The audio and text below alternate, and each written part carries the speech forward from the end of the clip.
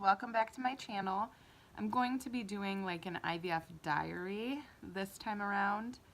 So basically every day I'm going to try to hop on and just kind of let you know how I'm doing, any symptoms I'm having, what's going on with me.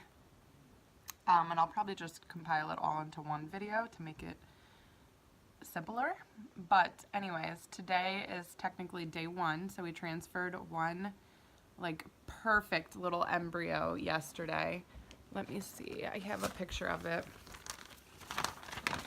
So this one again was hatching, and by the time we transferred it, it was almost completely hatched. So that was the morning, and then we didn't transfer till 2, so it was almost completely hatched at this time, and it was almost a perfect grade embryo.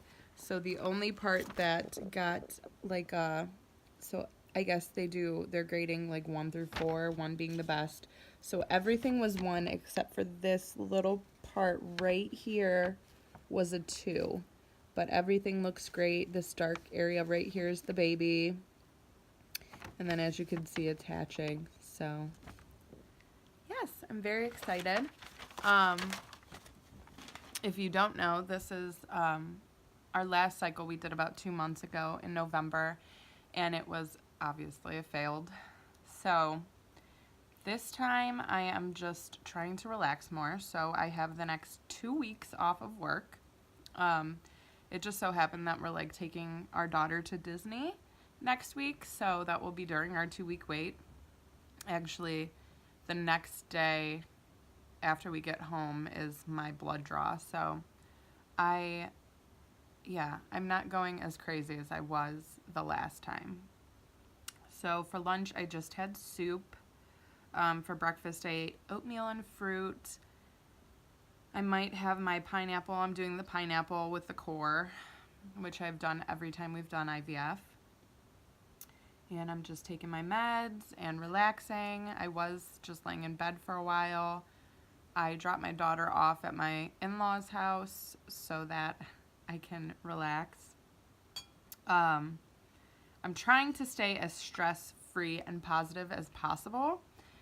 We're going through a very hard time right now with my daughter. If you watched my lining check video, I explain in there that she fell out of her crib and chipped her tooth, and we've made 2 trips to the dentist, and we converted her bed from her crib now to a toddler bed because it was on the lowest setting, and I don't want to risk her falling out again. And we are literally getting no sleep. She's now started having night terrors at night, which has happened twice now. Last night and the night before she was okay. She did not have a night terror, but the previously 2 nights prior to that, she had night terrors, and it was awful. And then she's also started like pulling on her eyelashes. It doesn't look like she's actually pulling them out, but it does really concern me. And all of these are signs of stress and anxiety, which is totally understandable. She's been through so much this past week. Last week was like probably the hardest week in my parenting life so far. And it's just hard to see her struggle like that, and like I want to cry right now thinking about it, but I'm going to try to just take a deep breath, calm down, stay positive. But yeah, that's a little update on her. The problem with her sleeping at night is we cannot get her to stay in her bed. Like, I don't know what to do. It's taken us a minimum of like 2 hours every night to get her to finally fall asleep. And then she's waking up once or twice throughout the night and like calling for us. And like I said, if not calling for us, then she's waking up in like this, like having a night terror. I mean, it hasn't been like officially diagnosed that that's what it is, but based on everything that I've read, that's what it seems like is going on. Like when she's calling for us, and when we go in there, it's like she doesn't even know we're there, and she's like having a tantrum like I have never seen before. But anyways, this is an IVF diary. So yeah, today I'm just gonna relax, and I will pop back on tomorrow and let you guys know how I'm doing. Hi guys, today I am 2 days past my 5-day transfer, and I'm chilling at home again today. So I dropped my daughter off at my grandma's this morning, and right now I'm currently packing for our trip to Florida, which I'm so excited about, and it's been really helping me keep my mind off of things. So symptoms wise, I've had some mild cramping. I wouldn't say that it is due to IVF, because my stomach was also like rumbling during that time, so I'm thinking it might be due to a food that I ate. I'm still trying to eat somewhat healthy, eating my pineapple core. I had soup again for lunch. Yeah. So some things I've been doing. So I've been trying to relax as much as I possibly can. I have been incorporating meditation the past 2 days. So there's some good things, some good videos on YouTube of like fertility meditation, and it's just like a guided meditation. So I've been listening to those and just trying to breathe, and I have not really symptom spotted. So if I was, so unless something like really sticks out to me, I'm really trying hard to just keep my mind off of it, stay off of Google, and just not go crazy. I still have not tested yet. I am only 2 days past. I still have not decided. I know at some point I will test. I just don't know when it's going to be. It's not going to be today. It's not going to be tomorrow. So the earliest that I would test would probably be Monday, which would make me 6 days past my 5-day transfer, or 11 DPO.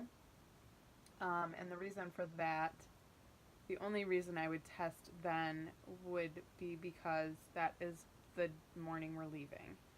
So, you know, just before we go on vacation and before I get on an airplane and we're in Disney, I don't know, just I guess for peace of mind to know whether or not I'm pregnant at that point, and in the comfort of my own home. I haven't fully decided yet. So we're going to be in Florida. We get there on Monday, and we're going to be there for a week. So we'll come home the following Monday, and Tuesday we plan on doing Animal Kingdom, so which is a Disney park if you're not familiar. So I don't know. I'm thinking maybe I might test that morning. I don't really know. I guess I'm just going to play it by ear and see how it goes. I did mention to my husband, like, maybe we should test at Disney. Like, how cool would that be to get a positive pregnancy test at Disney? But then, you know, it could have reverse effects and completely ruin our day. So I don't know that that's going to be the greatest idea. But it would be really fun. And I think really cool to, like, bring a pregnancy test with me to Magic Kingdom and test in the park, and like stand in front of the castle and look at the test together as a family. But like I said, that like could have reverse effects. So yeah, that's what I'm doing. I will update you guys tomorrow. Good morning, y'all. So I'm on my way to work. I'm gonna go in for a few hours to get some business done before we go on our vacation.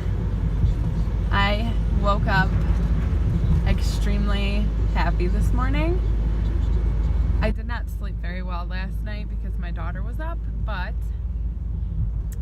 when I did wake up, I felt different. And that is the best way that I can describe it. Like, I just immediately upon opening my eyes, I just felt different. Something was different. And then after that, I noticed this taste in the back of my throat, which honestly is making me want to cry right now. Not because of the taste, but because the only other time that I had this taste was when I found out I was pregnant with my daughter. That was the only other time in my life that I had this. I've heard of other women explain it like a metallic-y taste in the back of their throat. I just can't help but smile. And so at this point, I haven't tested yet. I'm only 3 days past my 5-day transfer. So today I'd be technically 10 DPO if this were a natural cycle. I just cannot help but be smiley and giddy. And you know what? For today, I'm just gonna go with it, and I'm gonna allow myself to 100% believe that I'm pregnant, because I just feel so good right now in this moment. And typically I'm like very cautious about these kind of things, and I don't know, this just like slaps me in the face this morning when I woke up, and I just remembered this taste in my throat all too well. So for today, I'm just going to be extremely happy and convinced that I'm currently pregnant. Now I will say with my daughter, this taste lasted for about a week or two, so we'll see tomorrow morning when I wake up if I still have this taste. So I will let y'all know tomorrow if I have this taste. Fingers crossed that I do. And I still don't think I'm gonna test until I'm 6 days past my 5-day transfer. So wish me luck. Today I am 4 days past my 5-day transfer, and so I don't have the metallic taste anymore. And now I'm like questioning whether or not it was even like the same taste that I had with my daughter. Obviously, you know, why wouldn't I question it? But that taste that I had in my mouth yesterday literally lasted all day. I did not wake up with a taste in my mouth this morning. However, and I wouldn't say that this taste that I have right now is the same taste I had yesterday. I just have like this different taste.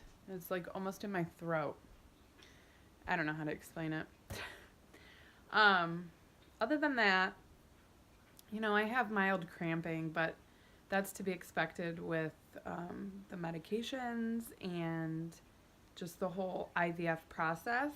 Pregnancy symptoms in general are just like so evil. Like, I don't know. Other than that metallic taste, I feel like everything else is just, it happens from going through the IVF process, from being on medications, from just your body in general goes through most of pregnancy symptoms through any normal cycle. And then, you know, adding on the medications and stuff definitely does not help. But so I'm just really trying not to read too far into anything that I feel.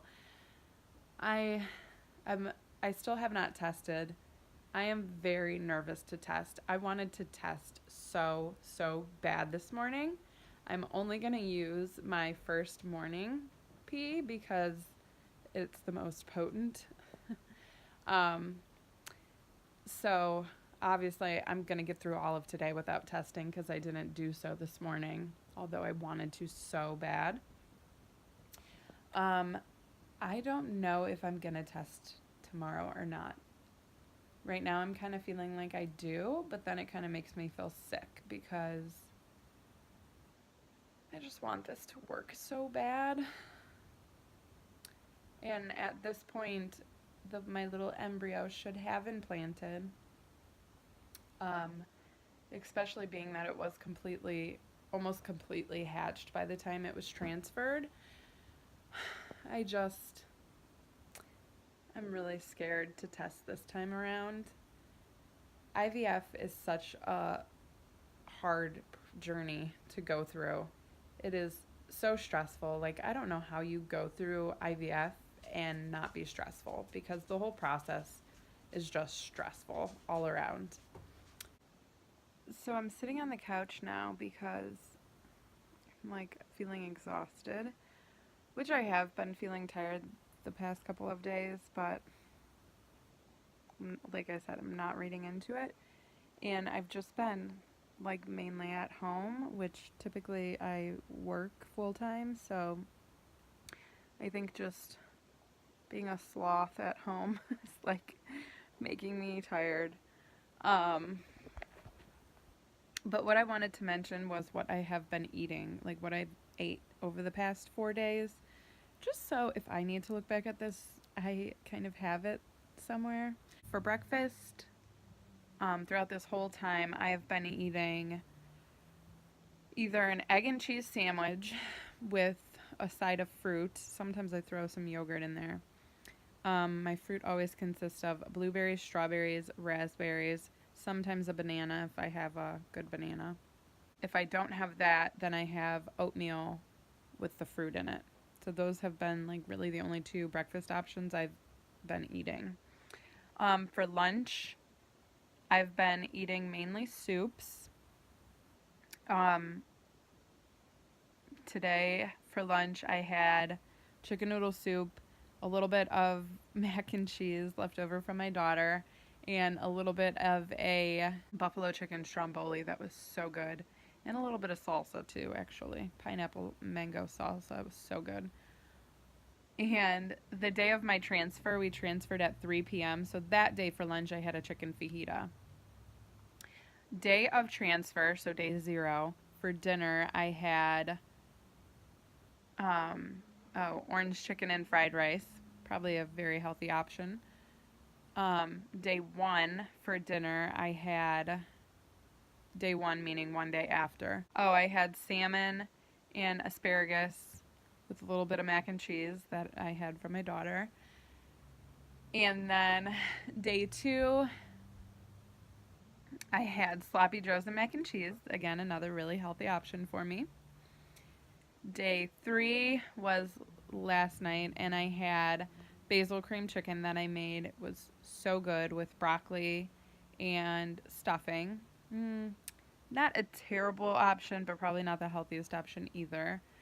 And tonight, which is day 4, I already know that we're going to have hibachi, because literally my favorite restaurant is closing, and tonight is their last day open. That's basically what I've been eating. I ate pineapple on day 0, day 1, and day 2. I forgot to eat it yesterday, and I haven't quite decided yet if I'm going to eat it today or not. Pineapple with the core. But I believe at this point, this little baby should have implanted. And I'm assuming this video, I don't want this video to be too long. So I think I'm going to just do days 1 through 4 on one video, and then continue on with separate videos from there if I continue on doing this like IVF journal. So yeah, I hope that you guys enjoyed this video. If you did, please give it a thumbs up. Let me know in the comments some of the things that you ate during your 2-week wait, and I am wishing you guys all the best of luck if you're going through an IVF journey. Just try as hard as you can to stay positive. That's my dog whining because my husband's on the snowmobile and she does not like it. So I'm sorry about that. Yeah, but if you guys are going through an IVF journey, I'm wishing you all the best of luck. And just take deep breaths and try to stay calm if you can. And yeah, that's basically it. I hope that you guys will hit the red subscribe button below and join us on this journey to conceiving baby number 2. And make sure your bell notification is on, because you know I'll be posting that pregnancy test very soon. Bye, guys.